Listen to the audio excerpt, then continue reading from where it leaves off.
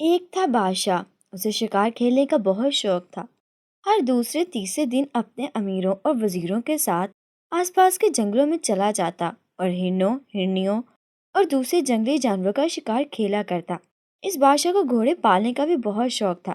جہاں کہیں بھی کوئی چلاک اور پھرتیلا گھوڑا اسے نظر آ جاتا، جھٹ اس کے مالک سے سودا طے کر لیتا اور اسے منہ مانگی قیمت دے کر گھوڑا خرید لیتا۔ ایک دن خدا کا کرنا ایسا ہوا کہ اس بادشاہ کے دربار میں عرب کے ایک ملک سے گھوڑوں کا ایک سوداگر آیا۔ شکر ادا بجا لایا اور عرض کی، حضور عالم پناہ، غلام ایک گھوڑا لایا ہے، آپ اسے دیکھ کر ضرور خوش ہوں گے۔ ایسا پھرتیلا گھوڑا کہ پل بھر کو اس کے پاؤں زمین پر نہیں ٹکتے، آنکھیں ایک اشارے پر ہوا سے باتیں کرنے لگتا ہے۔ لیکن حضور، اس گھوڑے میں ایک نقص بھی ہے، یہ مزاج کا بہت کڑوا بھی ہے، بکتا بہت ہے، کسی کو بھی اپنے پاس آسانی سے پھٹکنے نہیں دیتا، ہر وقت دو لتیاں چلایا کرتا ہے، حتیٰ کہ وہ اپنے سائے سے بھی دبک جاتا ہے۔ اگر حضور اس گھوڑے کو دیکھنا پسند فرمائیں تو غلام حاضر کر سکتا ہے۔ بادشاہ نے عرب کے سوداگر سے گھوڑے کی تعریف سنی اور ہنس کر کہا، میاں سوداگر، تم بے فکر ہو کر اپنا گھوڑا لے آؤ، ہم نے یہاں بڑے بڑے ٹیڑے گھوڑوں کو سیدھا کر ڈالا ہے۔ دوسرے دن عرب سوداگر گھوڑا لے کر بادشاہ کی خدمت میں حاضر ہو گیا۔ گھوڑے کو دیکھ کر بادشاہ کی باچھیں کھل گئیں۔ ایسا خوبصورت اور پھرتیلا گھوڑا بادشاہ کو اپنی عمر میں پہلے کبھی نہیں دکھا تھا۔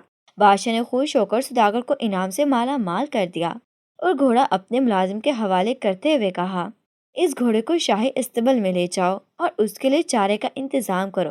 کل ہم اس گھوڑے پر سواری کریں گے اور اپنے امیروں اور وزیروں کے ساتھ شکار کھیلنے کے لیے جائیں گے۔ دوسرے دن صبح سویرے پروگرام کے مطابق بادشاہ اپنے نئے گھوڑے پر سوار ہو کر امیروں، وزیروں اور سپاہیوں کے ساتھ شکار کھیلنے کے لیے روانہ ہو گیا۔ کچھ دیر تو خیر خیریت سے گزر گئی، لیکن بادشاہ ایک شیر کا شکار کر رہا تھا تو ایک دم شیر بادشاہ کی طرف جھٹ پڑا۔ شیر کے جھپٹنے سے بادشاہ کا عربی گھوڑا اچانک بھڑک اٹھا اور بادشاہ کو زمین پر پٹک کر سر پٹ ایک طرف کو بھاگ کر کھڑا ہوا۔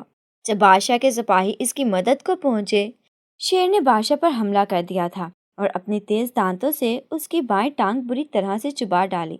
بادشاہ کے ساتھی اسے اٹھا کر محل میں لائے اور فوراً شاہی حکیموں اور ویدوں کو بلایا گیا۔ حکیموں اور ویدوں نے علاج شروع کر دیا۔ انہوں نے اپنی طرف سے کوئی کوشش اٹھا نہ رکھی، لیکن بادشاہ کی ٹانگ شیر نے بری طرح سے کچل دی تھی کہ وہ اچھی نہ ہو پائی، اور آخر سب حکیموں اور ویدوں نے یہی فیصلہ کیا کہ بادشاہ کی جان اسی صورت میں بچ سکتی ہے کہ اس کی ٹانگیں کاٹ دی جائیں۔ چاچا حکیموں کو ویدوں نے ایک آپریشن کے لیے بادشاہ کی ٹانگ کاٹ دی۔ تھوڑے ہی دنوں کے اندر ٹانگ کا زخم بھر گیا اور بادشاہ بالکل صحت یاب ہو گیا، لیکن ایک ٹانگ کٹ جانے کا بادشاہ کو بہت صدمہ تھا۔ اب وہ ہر وقت اداس اور غمگین رہنے لگا تھا۔ اب اس نے شکار پر جانا بھی چھوڑ دیا تھا، ہر وقت مسحری پر خاموش پڑا رہتا تھا۔ اس بادشاہ کی ایک بہت خوبصورت بیٹی تھی، اس کا نام ماہ جبیں تھا۔ یہ اپنے باپ سے بہت محبت کرتی تھی۔ اس کا دل بہلانے کے لیے گھنٹوں اس کی مسحری کے پاس بیٹھی رہتی اور ستار بجا بجا کر اپنی میٹھی اور سریلی آواز سے اس کو پیارے پیارے گیت سنایا کرتی تھی، لیکن اس کا غم کسی طرح دور نہ ہوتا تھا۔ بادشاہ کے محل سے دور ایک پہاڑی تھی، اس پر ایک بڈھا رہتا تھا جو بہت عقلمند اور دانا تھا۔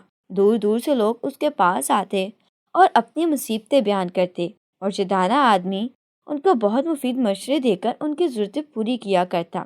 ایک دن بادشاہ کے وزیروں نے آپس میں بیٹھ کر صلاح مشورہ کیا اور نتیجے پر پہنچے کہ اس بوڑھے کو بلانا چاہیے، شاید یہ بادشاہ کا غم دور کر سکے۔ جب بوڑھا بادشاہ کے سامنے حاضر ہوا تو بادشاہ نے اسے عزت سے اپنے پاس بٹھایا اور کہا، بڑے میاں، تم میرے ملک میں سب سے زیادہ دانا اور عقل مند ہو۔ اگر تم کسی طرح میرا غم دور کر دو تو میں تم کو اپنی آدھی بادشاہت دے دوں گا اور اپنی بیٹی کی شادی بھی تم سے کر دوں گا۔ بوڑھے نے مسکرا کر بادشاہ سے کہا، حضور، میں پہاڑی پر ایک چھوٹی سی کٹیا میں رہتا ہوں، میں تخت و تاج لے کر کیا کروں گا؟ میری عمر اس وقت تقریباً 80 برس کے قریب ہو چکی ہے اور شہزادی ابھی جوان ہے۔ بھلا بوڑھے اور جوان کا کبھی ساتھ ہوا ہے؟ آپ ایسا کیجئے کہ اپنے ملک میں ڈھنڈورا پٹوا دیجئے کہ جو کہ بادشاہ سلامت کے لیے نئی ٹانگ لائے گا، اسے آدھی سلطنت انعام میں دے دیں گے اور اس کے ساتھ اپنی بیٹی کی شادی بھی کر دیں گے۔ کیا معلوم کوئی ایسا عقلمند اور بہادر نوجوان مل جائے جو حضور کی خواہش پوری کر دے۔ یہ سن کر بادشاہ خوشی سے اچھل پڑا اور بولا، بہت خوب، مجھے تمہاری رائے بہت پسند آئی ہے، میں ابھی اس کا انتظام کرتا ہوں۔ دوسرے دن بادشاہ کے حکم کے مطابق سارے شہر میں یہ ڈھنڈورا پٹوا دیا گیا کہ جو کہ میرے لیے ایک نئی ٹانک لے کر آئے گا اس کے بدولت اسے آدھا تخت اور اپنی بیٹی کی شادی بھی اس سے کریں گے۔ یہ ڈھنڈورا سن کر سینکڑوں لوگوں کا جی للچایا اور جلد جلد ٹانگیں بنانے لگے۔ چند دن بعد سینکڑوں لوگ مصنوعی ٹانگیں لے کر بادشاہ کے محل کے سامنے آ جمے ہوئے اور لگے ایک دوسرے کو دھکے دینے اور چلا چلا کر کہنے لگے، بادشاہ سلامت، ٹانگ حاضر ہے۔ حضور، میں نے بہت اچھی ٹانگ بنائی ہے، آپ کو یقیناً پسند آئے گی۔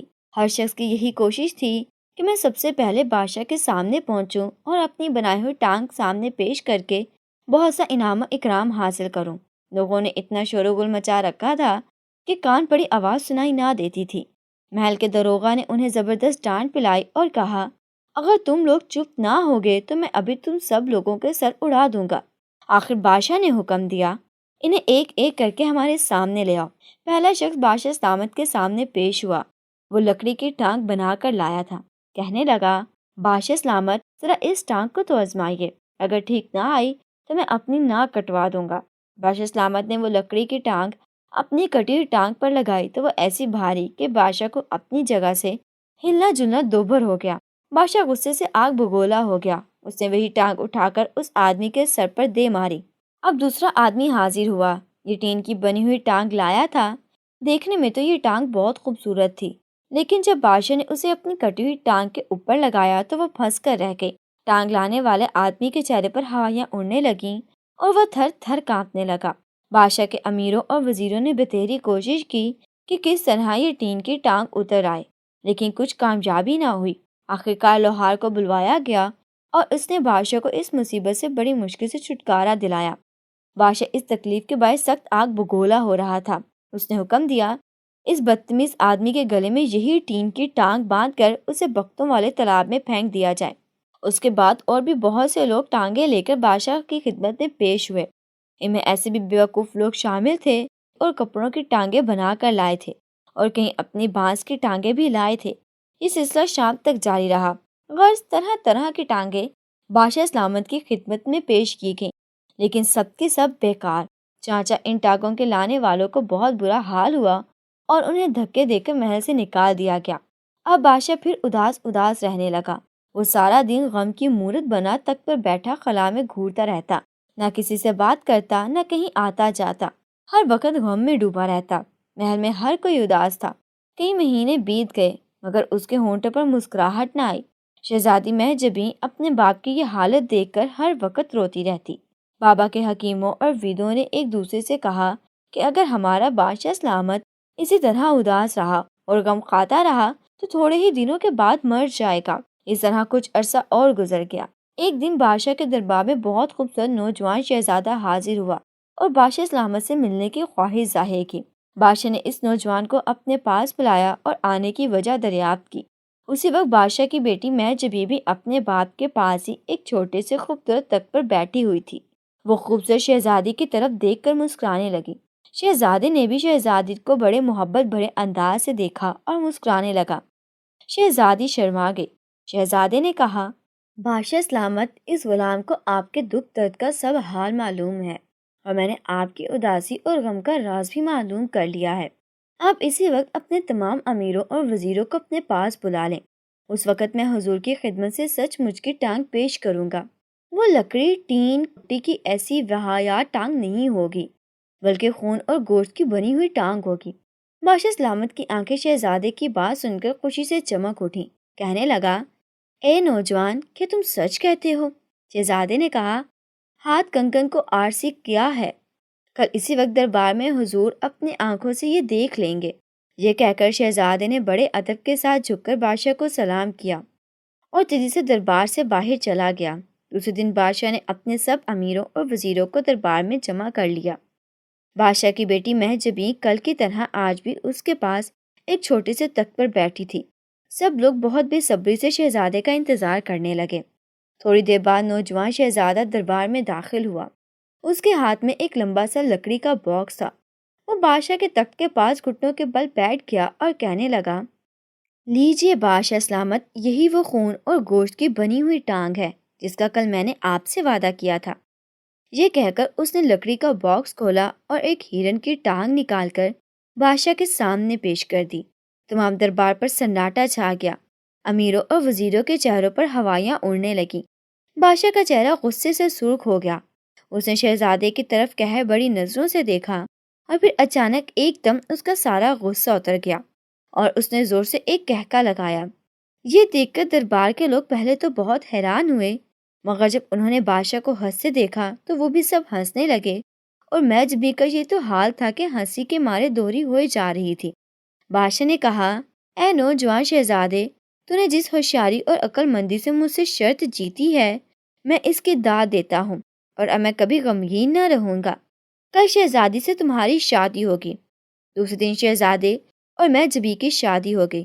اس روز بادشاہ نے اپنے سب امیروں اور وزیروں کو دھوم دھام سے ضیافت کی، اور بادشاہ مہجبی اور شہزادے نے وہ ہرن کی ٹانگ خوب مزے لے لے کر کھائی۔